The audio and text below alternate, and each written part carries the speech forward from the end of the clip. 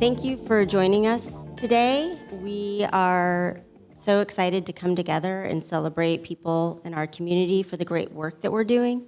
And not only are you here to celebrate Randal Wyatt, who we're going to get to talk to today, but just being here in this room together in the spirit of celebrating what's good in this world is so good.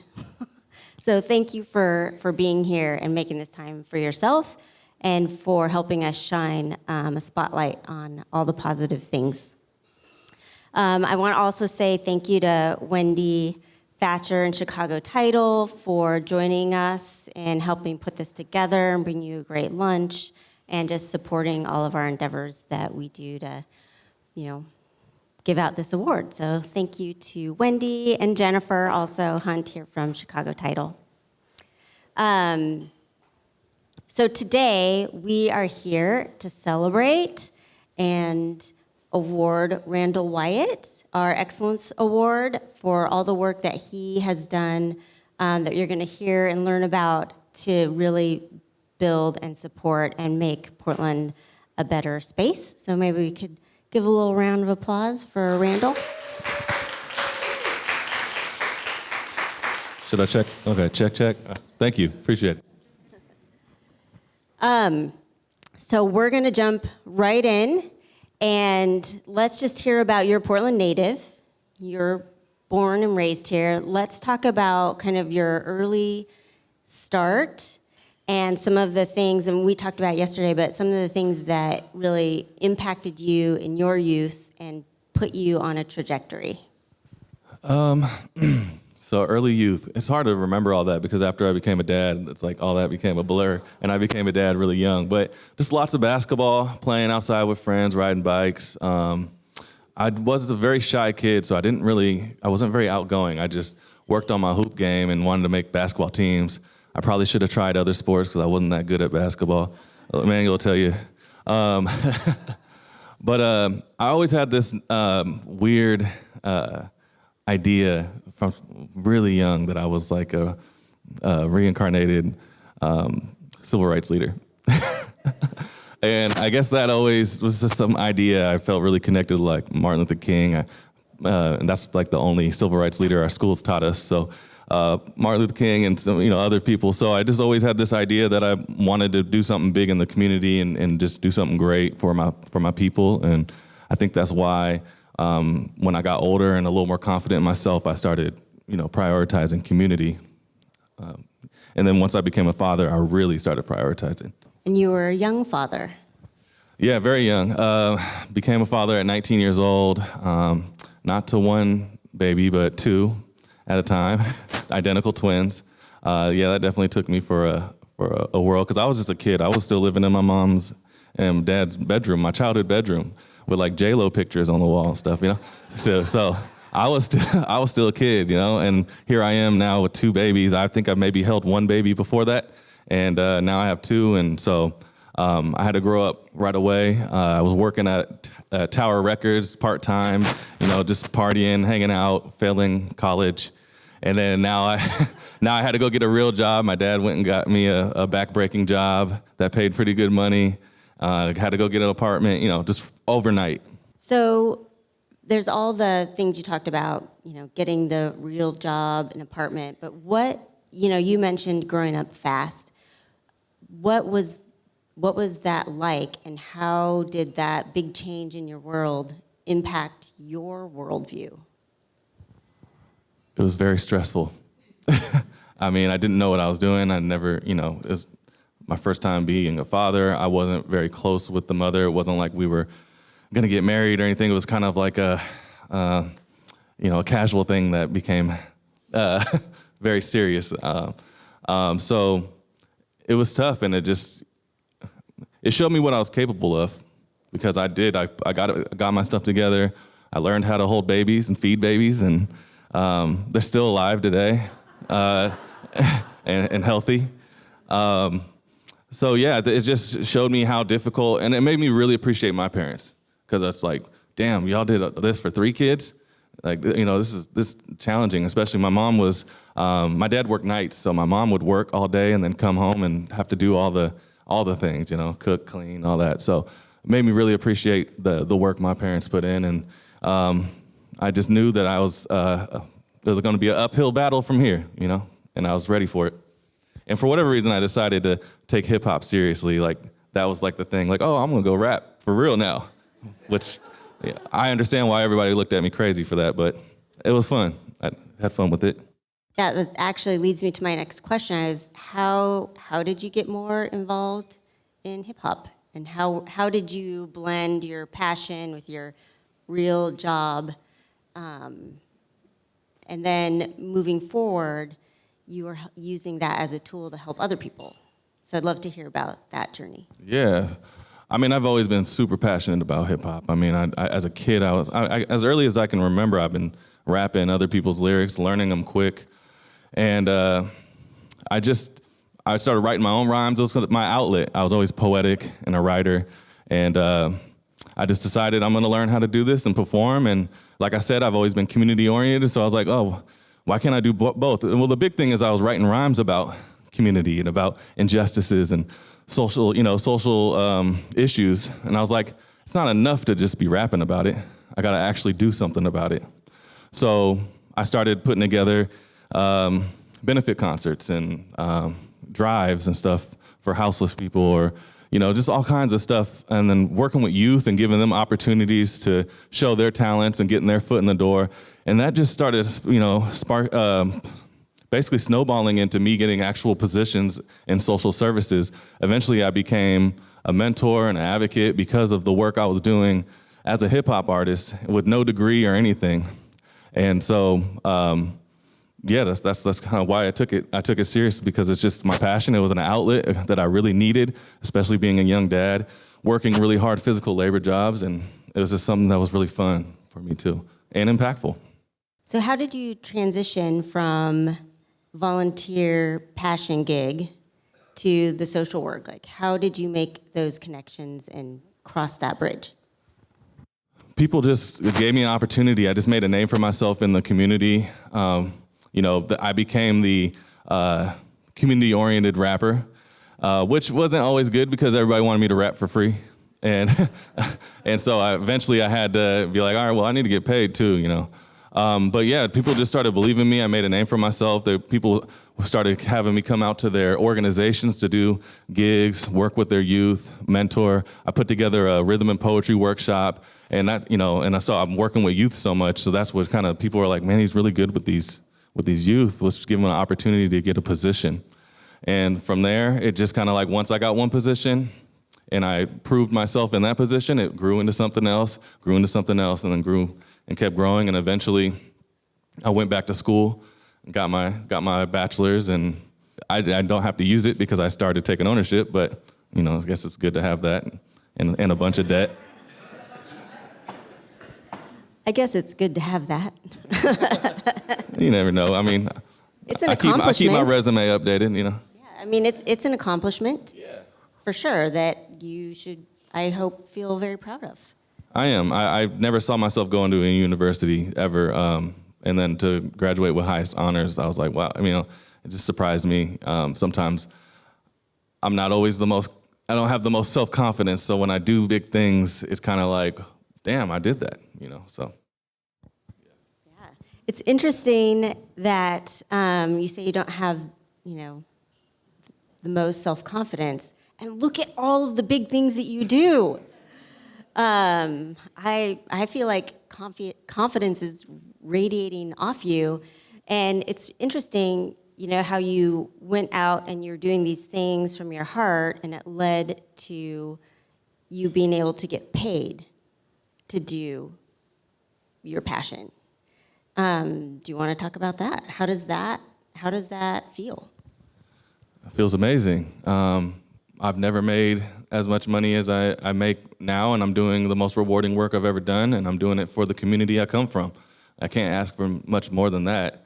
And it comes from and the funding comes from the community too. So, It's just all around, like everybody, people believe in me, people trust me, people are investing in me, and this mission. I mean, it just really means the world of being from Portland and having this recognition and having this investment from my community and to be able to help my community. I mean, and also I live pretty comfortably, so all just beautiful things. I'm forever grateful, to be honest.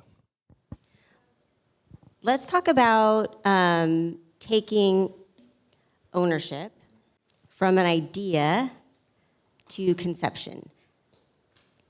What resources did you tap into? What did you need? How did you do that? And what seems like, from an outsider's perspective, really fast. From an insider's perspective, really fast too. It was it was overnight. Just, like I said, I'm an activist. The marches weren't enough for me. I like tangible results, and I had ideas, and I was sharing them with my friends, and then I was sharing them on social media, and people were like, I like that. I don't really want to go to the marches, but I like your idea. I like your model. And so I just wanted to activate people because it was just the perfect time. People were ready to work and actually paying attention to what's going on in the Black community. So I was like, here's my chance. I contacted a good friend of mine who's a contractor, and somebody reached out and was like, well, I have a house, that needs some work. I had my contractor friend go out there, make a list of all the work that needs to be done. I presented it to social media. I mean, this all came from social media. And people were like, well, I can't really swing a hammer. I don't know anything about because I was so naive. I was like, hey, we'll just volunteer and we'll go fix up homes. And nobody has license or nobody's bonded, nobody's professional at this, but we'll make it better somehow. They were like, nah, but here's money. Hire the people that can actually really do the work. And I was like, oh yeah, money. I don't think like that. Well, now I have to, but I wasn't a big capitalist thinker. So money started pouring into my personal Venmos and all those accounts, and I just started using that money to fix up this house. And I was showing the before and afters, and then people were like, and then another house came in, and because I'm tapped into the Black community, so people are like, whoa, you're fixing up Black people's homes? And then so more and more people, my grandma needs this, So eventually I had this little list, and we just kept going. Sooner or later, we had $100,000 in my personal PayPal account.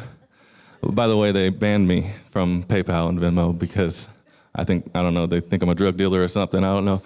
But so we just kept it going. And then eventually I had Andre from Friends of Noise reached out to me, and he was like, well, hey man, you're not gonna get far if you just keep taking these donations, and you're not a nonprofit, but in the meantime, I'll be your fiscal sponsor.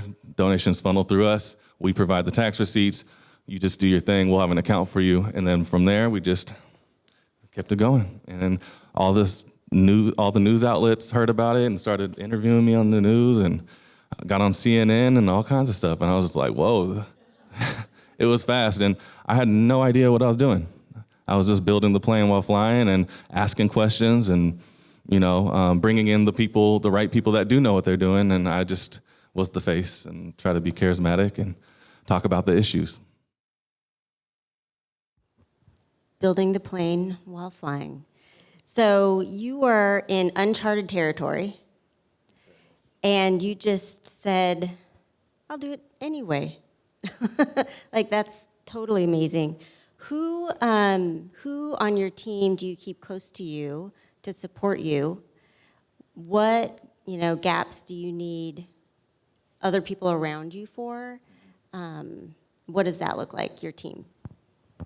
So I'm the only full-time employee, which I hope changes very soon.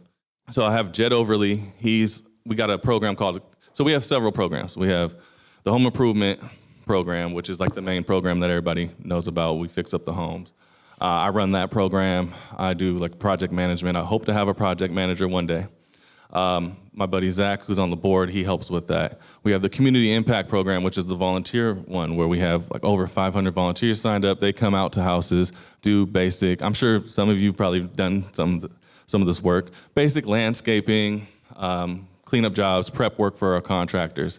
And then we have a small business assistance program where we provide just like small, financial assistance to small businesses to help them upgrade their business or stay in the communities in which they've built, built their clientele. So people close to me, Jed, he runs the Community Impact Program. He's just instrumental and great at coordinating all that stuff. He'll be my first employee when we get the funding for that.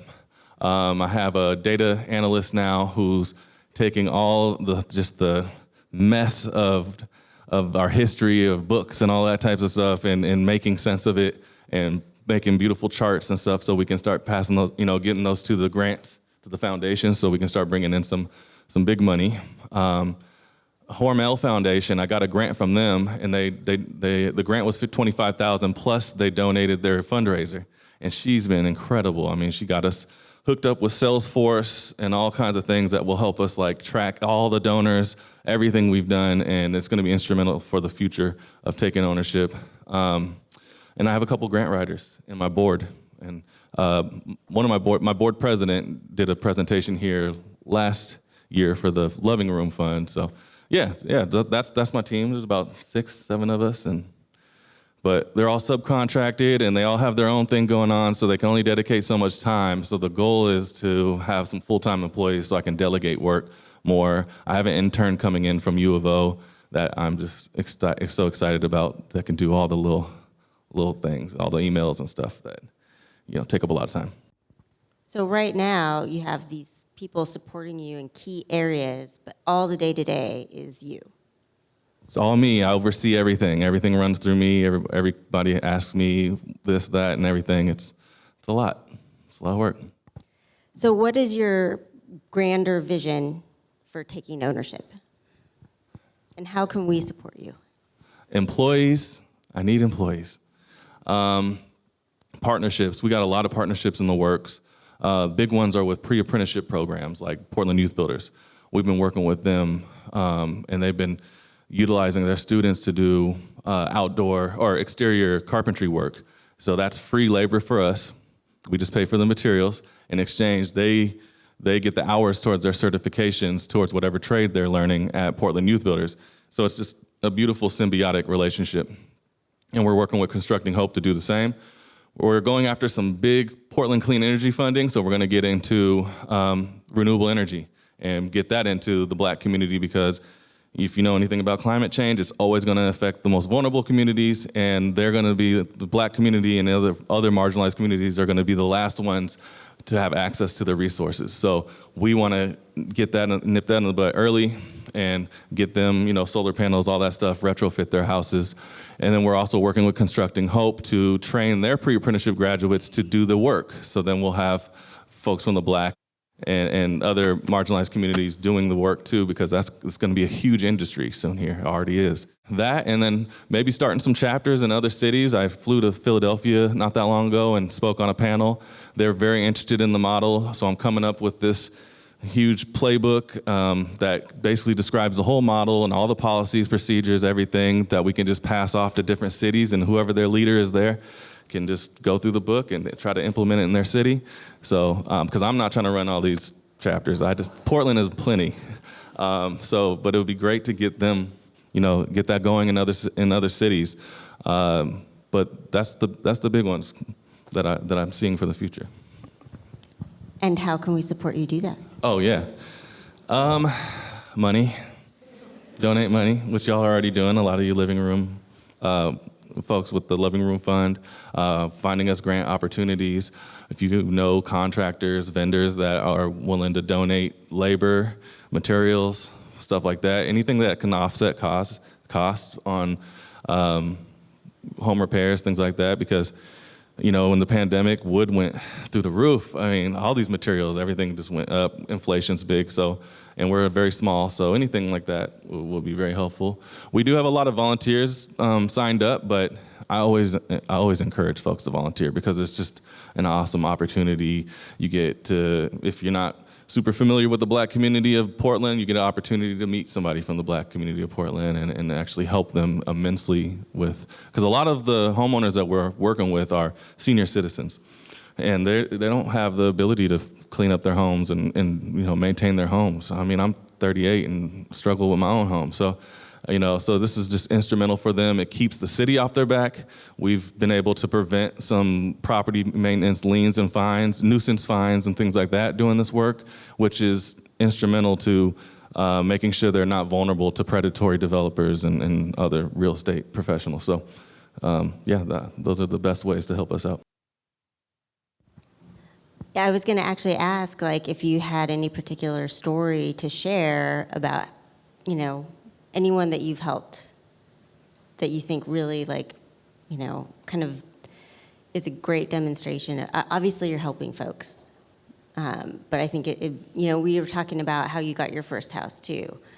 Maybe talk a little bit about that, and then generational wealth.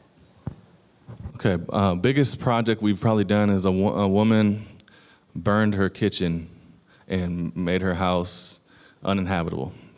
She couldn't live there anymore.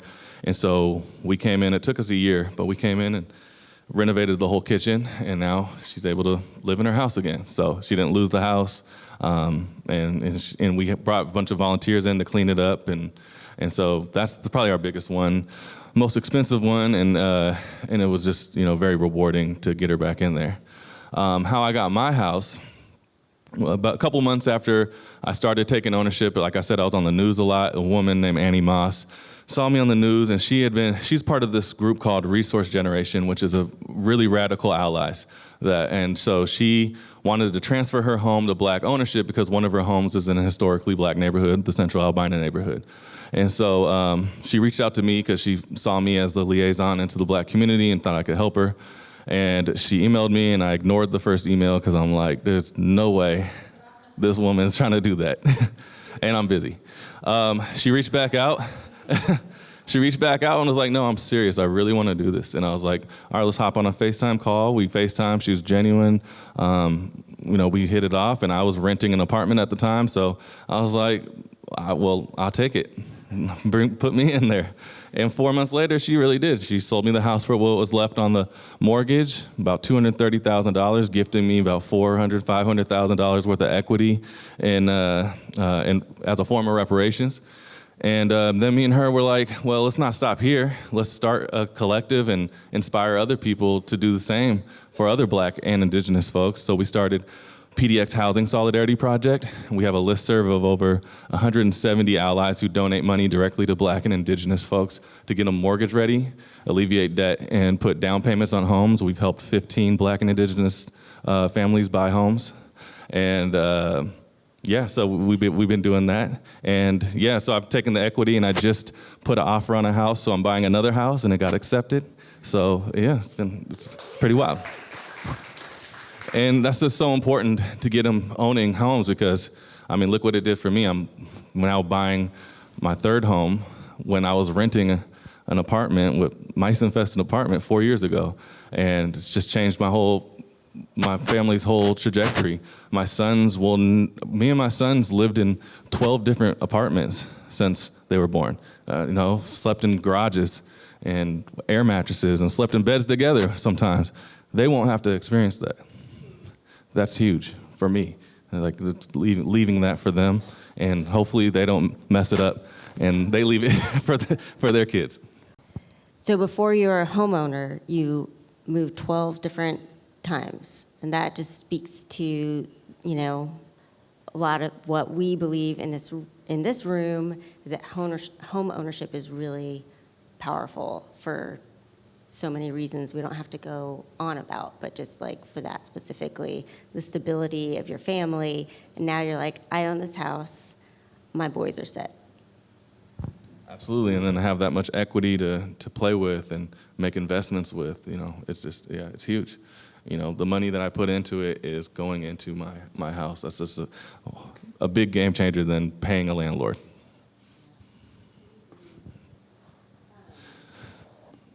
But it's not fun being house poor. I know that. I'm not house poor, but I'm just saying, like, there is sometimes times where buying a home doesn't make sense, for people. As you all know, you guys work in this field. Yeah, that's true. And, the work that you're doing at Taking Ownership helps folks who are finding themselves in that position keep their house, get past maybe a tough stretch. Absolutely. That's the goal. And the big thing that we're fighting against is the Bureau of Development Services and the fact that they're disproportionately putting liens and fines on black and brown homes in gentrifying areas because the property maintenance of their homes isn't meeting the standards of their new affluent neighbors. And they're calling the city, and then now they have accruing liens and fines that are leaving them vulnerable to more, to having to take under market offers, and where they're losing their homes, they're not able to buy again. And then we come in, we fix them up, and we keep the city off their back. And we're also working directly with BDS to alleviate fines and liens, and just take that financial burden off of them. It's madness to think that someone who doesn't have the funds available to fix up their house is going to move closer to being able to do that by fining them. Exactly. I don't get the logic. And then the worst part is BDS is completely funded by liens and fines, so it's incentivized. I did not know that. Yeah. When you are, it seems like you do a lot of things on the fly with your ideas, and that you are in uncharted territory all the time. So, as someone who might be an expert at that, what actions do you take when you feel out of your comfort zone or in outside of your area of expertise or knowledge? I just have this unwavering faith that it's going to work out. The universe got my back. I just hop into stuff. I mean, it's calculated, usually. I feel, I'm not going to go into anything stupid, but I just have this faith that if it's in front of me, if the opportunity's there, at least give it a shot. Maybe a hesitant shot. Like I said, don't put myself at risk, don't put my kids at risk, but let's give it a shot. And the universe has come through for me. God has come through for me. My ancestors have come through for me. I mean, my life's a movie. It's wild. Like, the things that have happened in my life because I have taken the risks, because I've just given it a shot, even if I don't have all the answers, all the knowledge. And I just come into it with pure intentions and wholeheartedly, and it tends to work out. And so I think that's just why I'm able to do that. And I think that's the way the world works. I don't know. This human experience is wild. I don't really know. It's working out for me. I do encourage other people to lead with their heart and try and take risks, but it doesn't, not everybody's in a position. I've been in a position to do that. Yes, it's hard to explain. Belief, faith. In Just yourself. have faith. Yeah, believing in myself, believing that things will work out one way or another. If they don't, there's going to be a learning experience from it, and I'll if I do it again, I'll do it in a different approach, or I won't ever do it again, and I'll know not to do that again. That's a valuable lesson. Don't do that. Yeah. Awesome. Now I know. Yeah. I was going to ask you about how you approach challenges or roadblocks, but I have a feeling it's with faith and optimism and belief. But what could you add to that? And research. I definitely have to learn what is this challenge, read about it, what's the solutions, you got to be pragmatic too. I can't go into everything just faith-based. But yeah, and I ask questions. I ask a lot of questions, and I ask for help a lot. I don't do this alone by any means.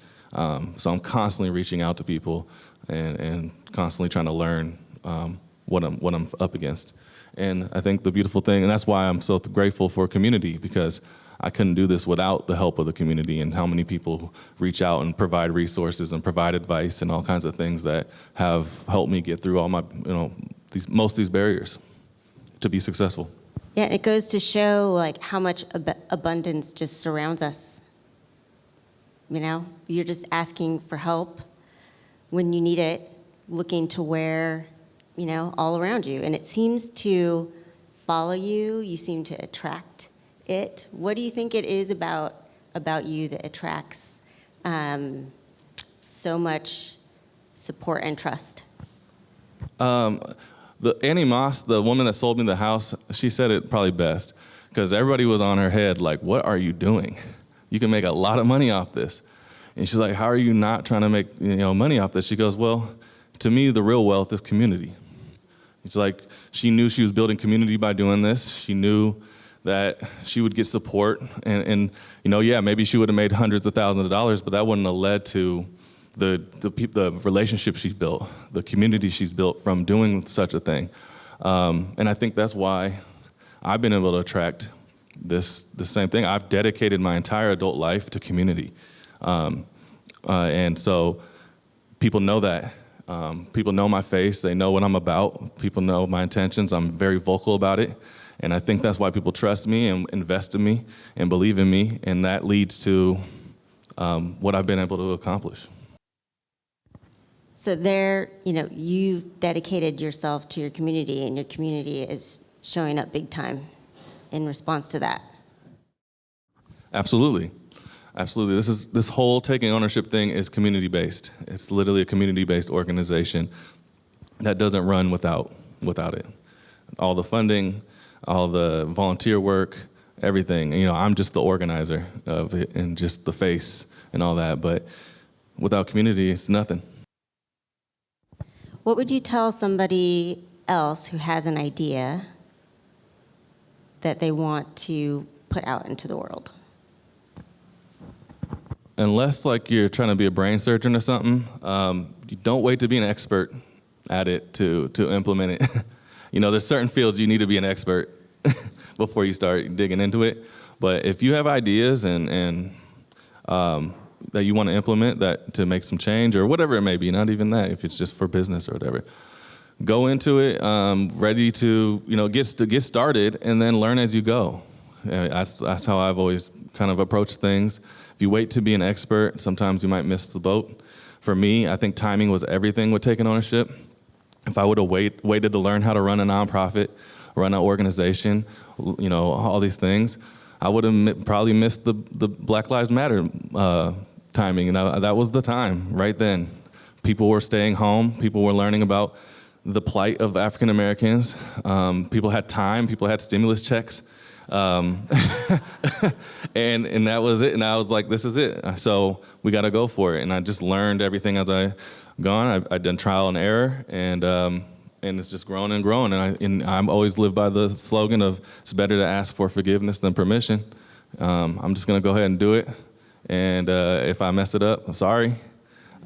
I'll try again, and hopefully I didn't hurt anybody too bad. On that note, do you have anything that you did or didn't do or that might be considered a failure or mistake that brought you, that you're almost could consider yourself grateful for because of a lesson that it gave you? So many. I mean, this whole taking ownership thing has just been failure after failure, and then learning, and then coming back to it, because I didn't know what I was doing. I literally came into this so naive.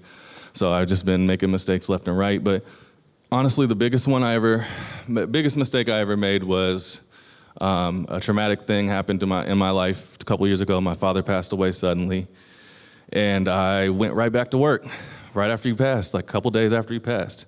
I mean, I thought I was ready. In my mind, I was like, he was so proud of me for this work. I got to keep it going. Also, everything runs through me. I didn't have a system where I could delegate work, so I just had to keep it going, or I might have missed out on grants, missed out on donations, so many things. But I should have implemented a system or a team that I could have delegated work and separated myself completely from it, because it caught up to me.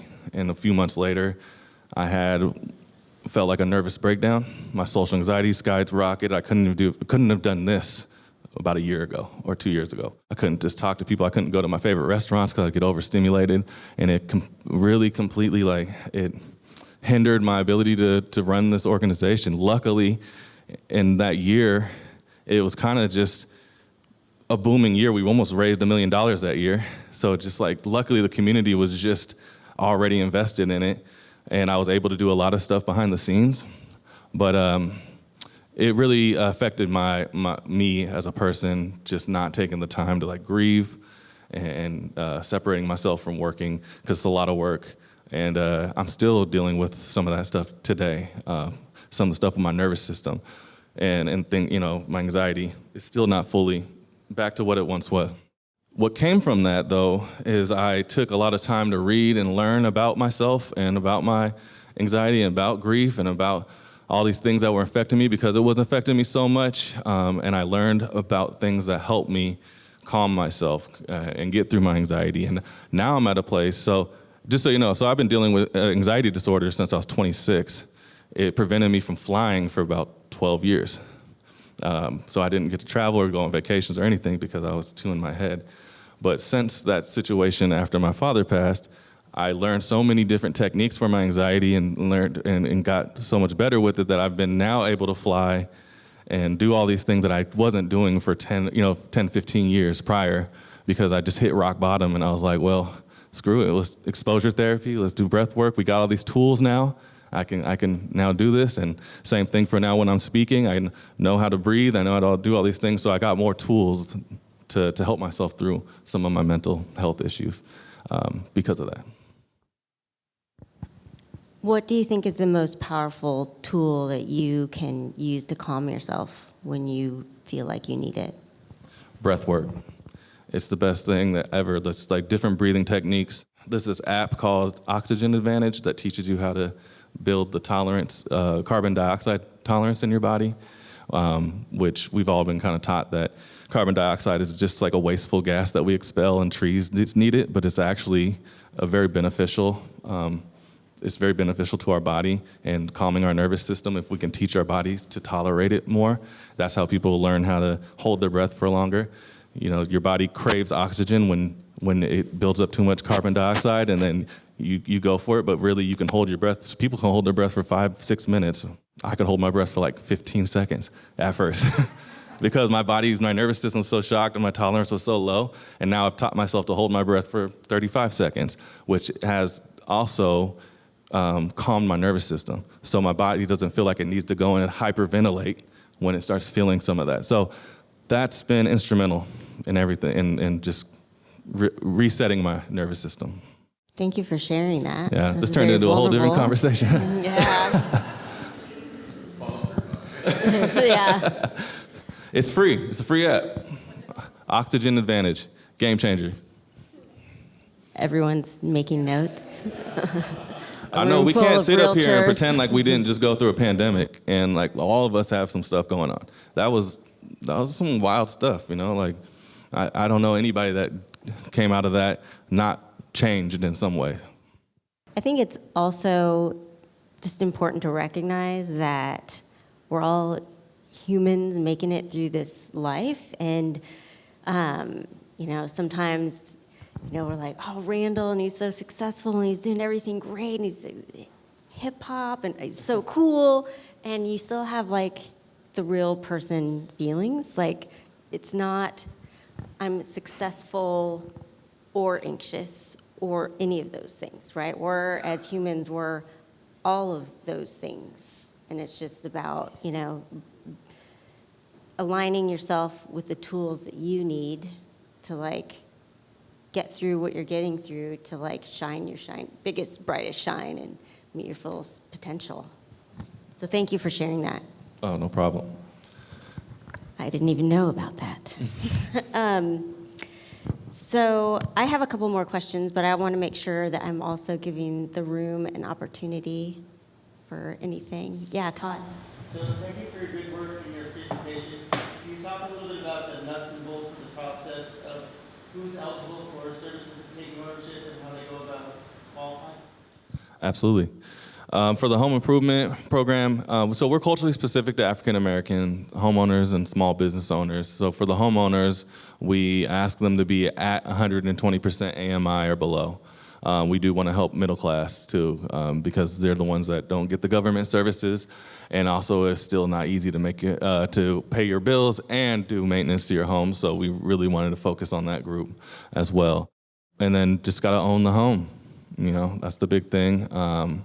Those for the homeowner portion, and then for the small business assistants, just be African American, have an LLC, and or a nonprofit, and then provide a W-9 and a invoice, and we will help. We try to keep it. We try to not have too many hoops and stipulations, because there's so many organizations out there that make it so challenging to access their resources. You know, you got to live in this neighborhood and have this many stairs that lead up to this front porch. It's like, come on, like, let's help people. The money's there. I just didn't want to have so many different stipulations. And now that we're heading into the now that we are a nonprofit, it's going to change, and there are more rules and stuff. You know, we're not operating like in 2020 when we were trying to burn the system down, but it's kind of back to society as usual. So we got to play the game, but we're trying to keep it as easy as possible to access our funding and resources. Do you find in your work that a lot of the elderly people that you're serving don't want to reach out to you on the computer, or they aren't computer savvy? How do you help those folks, and how do they know to reach out to you? A lot of times they've seen me on the news, because they still watch, regular cable and stuff. So they see me on the news and they reach out, and a lot of them reach out through the website, or they get my number and they call and leave a message, and I'll just call them back and I'll take their information that way if they don't have internet access or they don't know how to use the emails, like they would say or something. So I'll just take their information over the phone and just try to make it as easy as possible for them. But yeah, it's just been word of mouth. I haven't had to reach out. I have a wait list of over like 300 homes right now. There's no lack of work or anything out there. So yeah, that's mainly just phone calls. A lot of them are in programs, and then they'll have like an advocate reach out and help them fill out a referral form. Given your current schedule, how long is it going to take to serve 300 homes? 20 years. So, I don't know. A long time. I'm really hoping that we can dive into some big money. That's why we're going after this Portland Clean Energy funding. It's millions of dollars. That's why we're trying to get all our data together. That's why we're trying to really play the game and get everything right, so we can get that really big money and start chipping away at this a lot more efficiently and rapidly.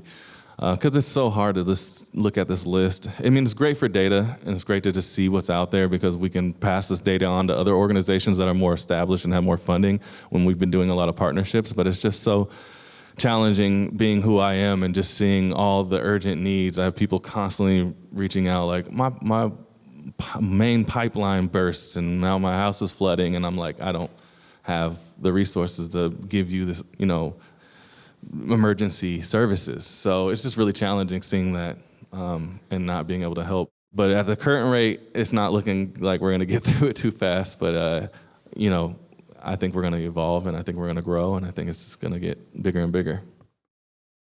He needs funding.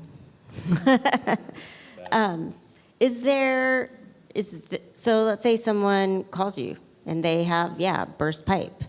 Is there another place for anyone like that to get help? Yeah, I usually pass them off to one of our partners. Like, in that case, I just sent her over to the Portland Water Bureau, because I got some contacts there. African American Alliance for Homeowners, REACH. There's a ton of them out there that I just kind of reach out and say, hey, can you help with this? And hopefully they can. But it's just tough. You never know. Everybody's kind of scrapping for resources. And everybody has a wait list, a pretty big wait list. I was just going to ask if you've ever considered running for any kind of political office. No way. Nope. Never. That, you talk about not getting anything done. All that bureaucracy and red tape. Nah, I'm grassroots to the fullest. I mean, I work with like some politicians. They constantly call me and ask for advice and stuff, but it usually doesn't go anywhere. So like, I don't think I can do anything different. I'll just get in there and start talking the talk, but won't be able to walk the walk like I'm able to do in my position right now. For the viewers at home, the question was, would you get into politics? So that was a hard no. What else we got out there? Questions? Kari. I'm just wondering about all the film night money that, that's being targeted, designated for the Alberta neighborhood restoration and reparations. Is there any avenue to any of that? I'm actually becoming pretty good friends with one of the leads as an 18, I forget the name, 1806 or something, yeah, 03 or something like that. I know him, but I'm not sure exactly how they're allocating that funding yet. I'm not even sure if they know. I think they're still working on that. So I'm keeping my finger on the pulse. I talk to my buddy pretty often about it. He knows about me. He knows everything going on. He worked for Meyer Memorial Trust, who's given us our biggest grant to date. So I'm just hoping that I can get a piece of that. I stay in his vision. So I slide into his DMs regularly. We have a question from the audience. Top 3 rappers, dead or alive? This is tough. Well, my number one, no, I'm not that good. I would say my number one is Q-Tip from Tribe Called Quest. And he's not even like a big lyrical dude. He's just a whole vibe, man. Like his voice is dope. He rides the beat well. He makes his own beats. I don't know. It's just a good time all the time, and he's a dope performer. Agreed. Yeah. Gift a Gab of Black Alicious. I'm a big underground hip-hop head, so he was incredible. Rest in peace. I'm so grateful I got to do a song with him before he passed, so like that's huge that he would even do that with me for really cheap, too. And I got to open for him probably 4 or 5 times, so he was an awesome dude, incredible rapper. And he's going to be greatly missed. And then this one, if anybody knows who this is, we got to talk after and talk music. His name's Double K of People Under the Stairs. What? Get out of here, man. Did we just become best friends? People Under the Stairs is one of my favorite hip-hop groups of all time, man. They're just, they're so dope. And they just, I guess I really like that carefree attitude that they come with. And Double K was, he's the only rapper who passed away that I actually cried. I actually cried a number of times. So obviously he touched me. And I got all their vinyls now and stuff. So yeah, those are my top 3. What do you love about Portland? And what is some of the best change that you've seen in the last 10 years? I love that, the progressiveness of Portland. Obviously it's the whitest city in America. So there's going to be challenges with that as a person of color navigating that. But there's a lot of progressiveness in our allies. I mean, I don't think taking ownership would start any other city like it did. Without that kind of progressiveness and those kind of allies from white people here. So I really love that they really try to progress. Also, just Portland is my home. I've grew up here. All my memories are here. So whenever I'm gone for more than a week, I find myself just like missing my family, missing my friends, missing the trees, and even sometimes this weather, which is weird. I know, weird as hell. I think that's what I love, the food. The food here is incredible. I love as far as changes that are happening, I'm seeing like the reparations movement is still progressing. It's not like died down as Black Lives Matter has died. I mean, Albina Vision Trust, I believe they just got like the chance to convert the Portland Public School District building into housing, or I don't know, don't quote me here. I have to read more into it. And then that lot, that Emmanuel Hospital, they demolished hundreds of Black-owned homes, and they're being sued and all that. But that lot now is going to be turned into a development for affordable homes for Black folks that were displaced from the community and for small businesses there. So I'm loving that, that effort and that they're actually still investing in the Black community here and trying to right some of these horrible historical wrongs. What change do you wish you could see more of? More investment in the Black community. Just more of that, or all marginalized communities, not just the Black community. More affordable housing. It's just expensive here, so expensive. I'd like to see interest rates go down real soon here, like in this week, That's not going to happen. Yeah, I would like to see housing for our our homeless population.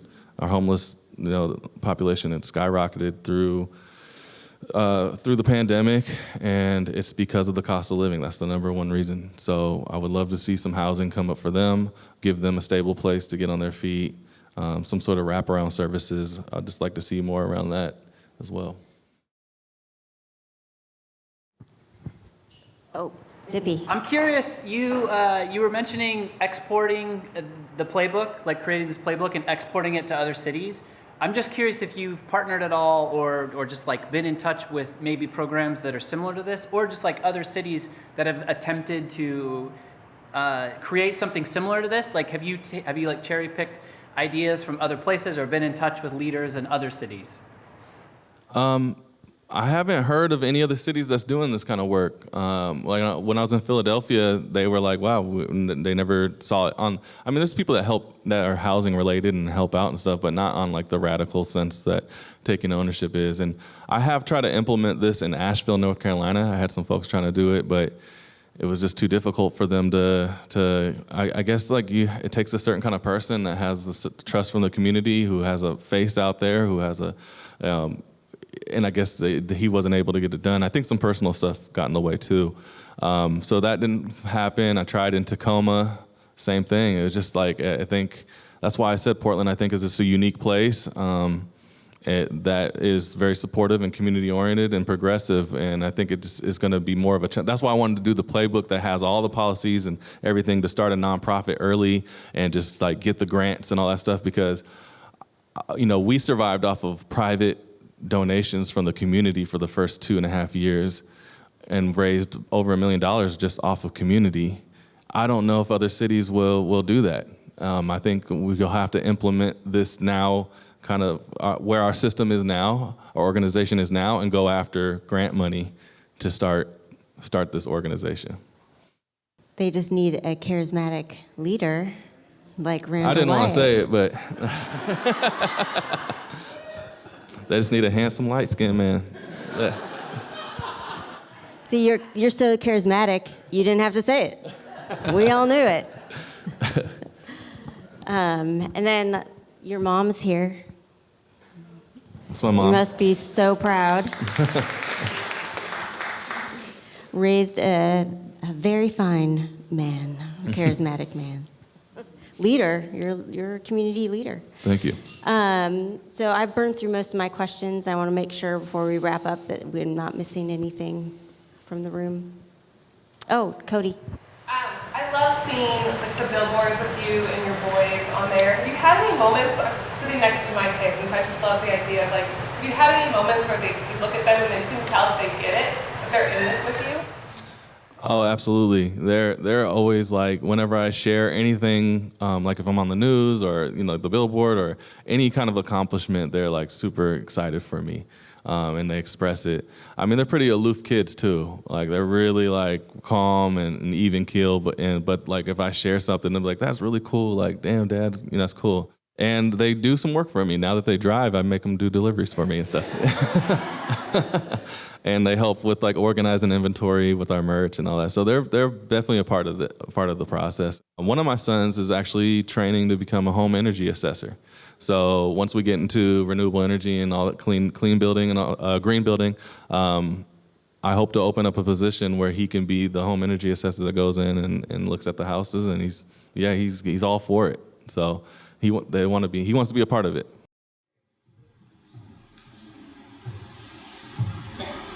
Randall, could you talk about the impact of and just the result of you being able, because you're doing this, like you said, you have this reputation, we know you in the community for doing these things or things of this nature, but it's always beautiful to see the person that does the thing for the people and then the people do it for them. So like when Andy reached out to you and you were able to change your life around, can you talk about the impact on your sons, right? Like a lot of people are not afforded the opportunity to see generational wealth happen almost overnight. right? And so now this whole trajectory has changed for them. So what is the impact then on you to be able to be the person to spearhead that and see that, rub off on your children, and I'm sure they have a new trajectory on life, a new outlook on life.